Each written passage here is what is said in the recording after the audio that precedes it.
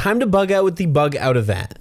That's the cringiest thing I've ever said. Nonetheless, here are all the tips and tricks you need to know for this event. Let's get right into it. Okay, this event is March 26th, 10 a.m. to March 30th, 8 p.m. And the event bonuses will be 2 times XP for catching Pokemon on a nice throw or better, increased candy for nice throws or better, increased chance of candy XL for nice throws or better for level trainers 31 or above, increased shiny odds on shiny Wurmple and Venipede. Don't know what these will be, most likely perma boosted, 1 in 64, but they could be less, so don't quote me. Don't quote me, please. Also, lure modules will be attracting Sizzlepede, the new Pokemon during the event, more on that in a bit. And if enough Pokemon are caught from a single lure, additional Pokemon will appear near a lured Pokestop. A really weird bonus, but my guess is that once the lure has enough activity, it'll go into like a crazy lure mode. I don't know.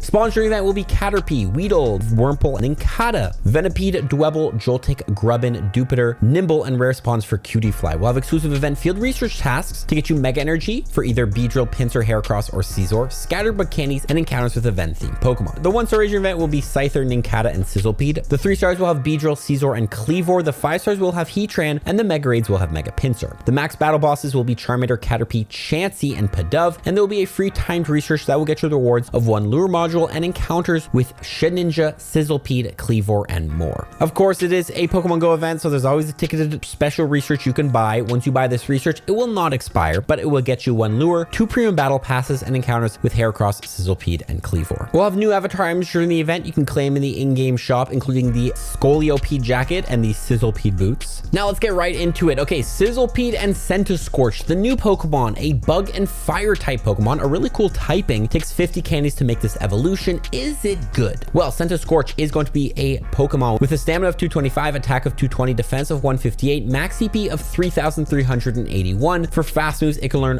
Bug Bite and Ember, and for charge moves, Heat Wave, Bug Buzz, Crunch, and Lunge. Do note these are changeable on the release of the Pokemon, but most likely this is what this Pokemon will have. Now, is Centiscrotch good for PvE? As a bug type, it's going to be ranked number 15 with Bug Bite and Bug Buzz, and for a fire type attacker, it's going to be ranked number 58 with Ember and Heat Wave. So as you can tell, not very good, decent as a bug type, but pretty avoidable. As far as PvP and GBL, when you look at Centiscrotch in the GBL, its recommended moveset is Ember, Lunge, and Crunch. Overall, it probably won't be that good based on of its stats and its movesets, and it just doesn't really have the moves or the bulk to really withstand the meta, but with a move update, it could be good. So more of this Pokemon is a little bit more of a dex entry, but there's actually one reason you actually want to catch this Pokemon, and that's because of its future Gigantamax variant. Centiscrotch does have a Gigantamax variant, and it has a G-Max move called G-Max Centifurna. Pretty cool, fire type move. We have G-Max Charizard in Pokemon Go, but it is a cool Pokemon, and you can go ahead and grind candies, so when the Gigantamax form comes out, you have those candies to power that up. Okay, best spawns during the event, the ones you should catch, starting with Caterpie, Weedle, and Wurmple. These are all Pokemon that cost 12 candies to evolve. Of course, 12 candy evolution Pokemon are great to stockpile and hold on for 2 times evolution XP Spotlight Hours events, where you can farm XP for 4,000 XP per evolution. Overall, hold on these Pokemon. I will update you guys here when the next 2 times Evolve XP event is, and you can evolve those Pokemon. I highly recommend you make a tag for them, call them 12 Candy Evo or something like that, and evolve them then. Also, G-Max Butterfree might come to Pokemon Go in the future, so a good time to grind Caterpie XL candies and candies in the wild to power up that Pokemon. You're gonna need a lot of XL candies to power up the max moves of Gigantamax Butterfree. Weedle is also more specifically good because it evolves into Beedrill, with Mega Beedrill is the #1 poison type attacker in Pokemon Go with Poison Jab and Sludge Bomb. Only really useful for Tapu Bulu, but still a cool Pokemon. Also, it is a good bug type attacker, ranked number 5 with Bug Bite, which is a legacy move, and X Scissor. Not a bad Mega to get. Mega Beedrill, you can also collect Mega Energy for it by spinning photo discs at gyms. It's a very weird thing about Mega Beedrill, but you can just spin gyms and get Mega Beedrill energy at any time, so if you don't have Mega Beedrill, that's a good way to grind that Pokemon. Moving on to Venipede, which evolves into Scoliopede, ranked number 19 with Poison Jab and Sludge Bomb as a poison type attacker, the Shadow variant ranked 8. Again, good for Tapu Bulu raids. We have Grubbin that evolves into Chargabug. Chargabug is a good Great League Pokemon, ranked 110 in the Open Great League with Volt Switch,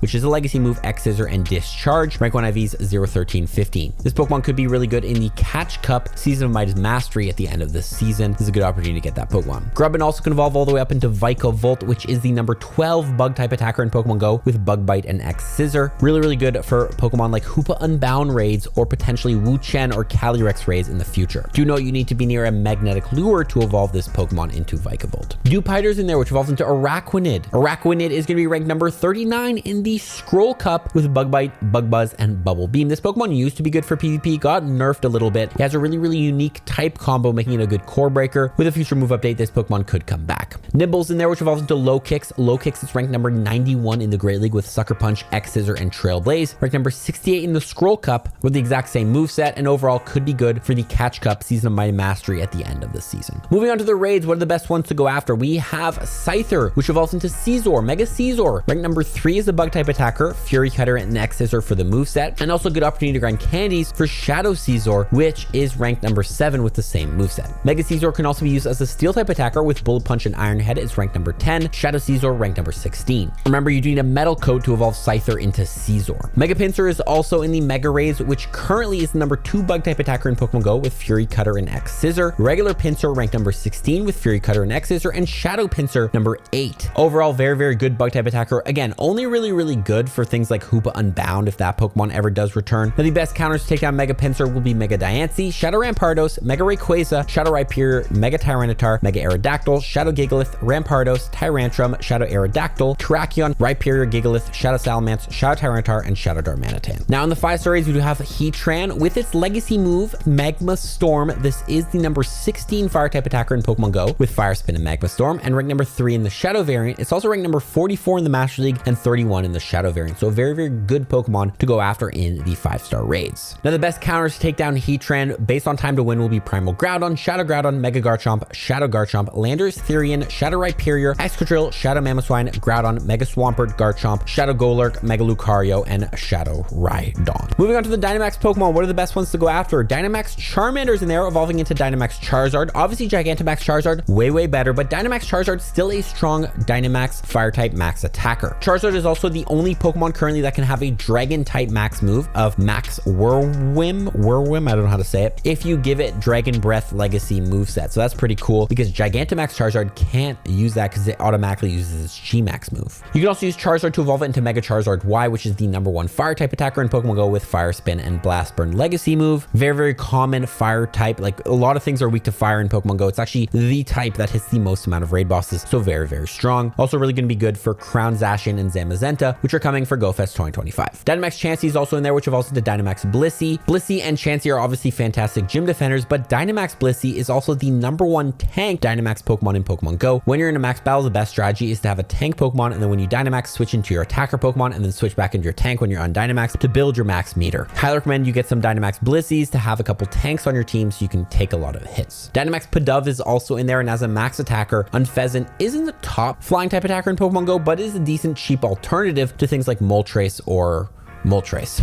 It's number 17 also as a regular flying type attacker, so you can kind of use it as a dual thing, I guess you could say. Now, to get all these Pokemon powered up and in their meta relevant use, you need to get candies, and there's a couple tips the top players in the world use to grind candies efficiently. Number 1, using Pineaps and Silver Pineap Berries. Pineaps will double your catch candy, and Silvers will increase your catch candy by 2.34. Really useful for these new Pokemon like Sizzlepede from lures or raids, so you can farm candies quickly to evolve this Pokemon. Mega evolving Pokemon is also essential. This is the bug out event, so Mega evolving a bug type like Mega Beedrill, Mega Pinsir, Mega Heracross, Mega Scizor, or Primal Kyogre will get you more candies, XP, and also candies for catching Pokemon that are the bug type. Highly recommend you Mega Evolve one of these. I'd say Primal Kyogre is probably the best because it'll also hit 2 other types of water and electric, but Mega Evolve a bug type. You also get a guaranteed XL candy anytime you trade away a Pokemon during this season, so highly recommend you hold on to your bug type Pokemon and trade them away to friends. Things like Sizzlepede is really, really good as well because you're going to want candies for Gigantamax Centiscrotch in the future, so any Sizzlepedes you catch, trade them to a friend. That's 2 regular candies and a guaranteed XL candies. Trade away 100 of those, that's 100 XL candies. Amazing. Also, trading is a great way to reroll IVs. Every time you trade away a Pokemon, the IVs will change, and you could end up getting a hundo of a Pokemon you might want. Also, every time you catch a Pokemon from a raid hour during this season, you're going to get a guaranteed rare XL candy. This is one of the hardest candies to collect, so highly recommend you play Heatran Raid Hour March 26th from 6 to 7 p.m. Catch as many Heatrans as you can. We'll go through a tip on how to catch them easier, because every time you catch a Heatran, that's a guaranteed rare exo candy. That's a really rare item and hard item to get. You can invest into your rare Pokemon. Then you need 35 platinum medals to go from level 48 to 49 Pokemon Go. Which one should we work on during this event? No need to explain about the bug catcher medal. Catch 2,500 bug types. The bug types are going to be spawning everywhere during the bug out event, so catch them.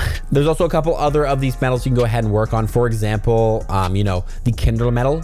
Sizzlepede is a fire type, so you can work on that. So any of these type medals you haven't completed, make sure you complete the ones that you haven't completed if that Pokemon type is spawning in the wild. We do have the bonus of those lure modules, and people are going to be able to catch a lot of Pokemon off the lures, because if they catch Pokemon off the lures, the bonus will spawn more Pokemon off the lures. So if you're going to be playing Pokemon Go, drop lures in the busy areas. That's where people are playing, catching Pokemon, and this will help you on your Picnicker medal. Use the lure module to help any trainer catch 2,500 Pokemon. Now we do have 2 Pokemon added to the Galarian Pokedex, so make sure you get them in your Pokedex to work on your Galar medal. Although obviously you can't complete this yet, but this is a chance to do this. If you're going to be doing a lot of Heatran raids, the Battle Legend medal will be one you will be working on, of course. Alongside the Rising Star medal, defeat 150 species of Pokemon in raids. Any Pokemon in raids this week that you've never done a raid for at least once, do it. Even if it's a dumb Pokemon that's completely useless, do it to get a point on your Rising Star medal. Also, if you do them with friends, the Rising Star Duo medal, win 2,000 raids with a friend. Another medal you can go ahead and work on, especially during those things like Heatran Raid Hour, when you're going to be able to raid with your friends, work on this medal. Same thing with the Raid Expert medal, make the trainer battle achievement screen 500 times. You'll be making a bunch of times,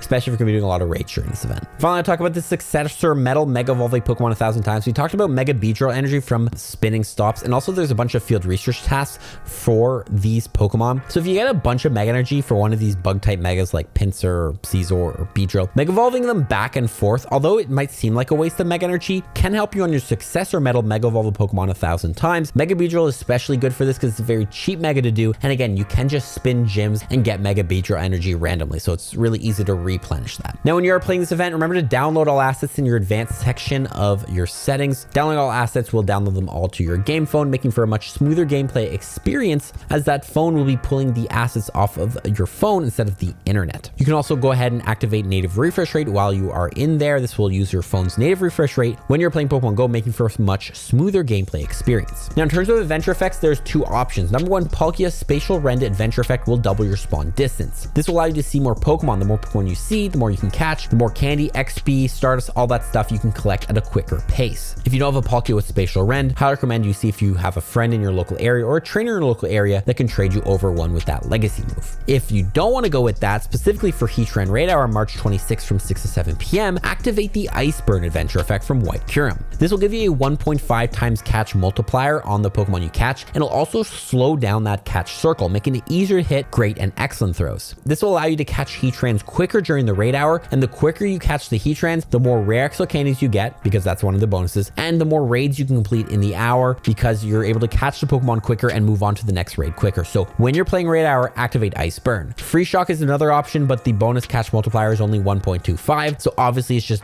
worse, so go with Iceburn from White Kyurem. If you're hunting a specific Pokemon, for example, this new Pokemon like Sizzlepede during the event, in your Pokedex, you can now enable spawn notifications. Go into your Pokedex, find the Pokemon, and switch on the spawn notification, so you will see on the nearby when that Pokemon has spawned, and you can go over to it and catch it. This is really good for the new Pokemon like Sizzlepede or whatever, or you can activate it on Pokemon like Azelf, Uxie, or Mesprit in your local area, because those are legendaries that you can find in the wild that are very, very rare. During this event, we do have a bunch of poison spawning, so also make Galarian Slowpoke your buddy, because you need to catch 30 poison types with it as your buddy to evolve it into Galarian Slowbro. Also, if you're planning on doing a bunch of raids during the event, making Galarian Yamask or Hisuian Quillfish your buddy and winning 10 raids with it as your buddy will allow you to make those evolutions. Organizing a lure party is also a really, really good idea during the event because lures are boosted. If you want to hunt Sizzlepede, the only other way than raiding for it is attracting it from lures during the event. So try to find a local cafe, restaurant, or somewhere relaxing where you can drop a bunch of lures, maybe get some friends to come, drop some lures, and you can try to encounter those Sizzlepedes. Meeting up with friends is another great way to make sure everyone has lures. Also, this is a good opportunity if you have golden lures to drop some of those because other trainers can take advantage of those. If you don't know, golden lures are collected from sending postcards to Pokemon Scarlet or Violet. Every 5 days you will get one, and these golden lures, every time you spin them, will get you a lot of items. So if you're low on items, you can kind of do a mixed lure party and golden lure party and just have a good time. That does ask the question though, what is the best lures to use during the event? If you want to focus mainly on the event themed Pokemon, just use the pink lures. That's what's going to pull in those. But there are special lures you can use that will attract both the event themed Pokemon, and also a mix of specific Pokemon from a spawn pool. If you use a Glacial Lure, it can attract Jinx, Eevee, Totodile, Swinub, Snorunt, Mantine, Spheal, Piplup, Snover, Oshawott, and you can evolve your Eevees into Glaceon near them. Mossy Lures will be attracting Oddish, Bellsprout, Venonat, Tangela, Eevee, Sudowoodo, Hoppip, Yanma, Roselia, Cherubi, and you can evolve your Eevees into Leafeons. Medneg Lures will attract Pikachu, Alolan Geodude, Magnemite, Voltorb, Electrode, Jolteon, Nosepass, Aeron, Beldum, and Joltik, and you can evolve your Chargabugs into Vikavolt, Magnetons into Magnezones, and Nosepasses into Probopasses. Finally, Raiden Lures can attract Psyduck, Spinarak, Chinchou, Surskit, Electric, Joltik, Tympole, Tynamo, Stunfisk, Froakie, and you can evolve your Sligoos into Goodras. So if you want to attract any of those Pokemon as well as the bug-type Pokemon, those are the ones to go after. Remember to pin your gifts every single day as well. You can pin 3 of your own gifts to get encounters with Scatterbug, but you can also pin unlimited gifts from your friends. This will increase your Vivillon medals, which will lead you to Scatterbug encounters that can be shiny. Scatterbug, I always say, one of the rare shinies in Pokemon Go, so go ahead and try to encounter them. They're going to be especially handy if you get multiple of them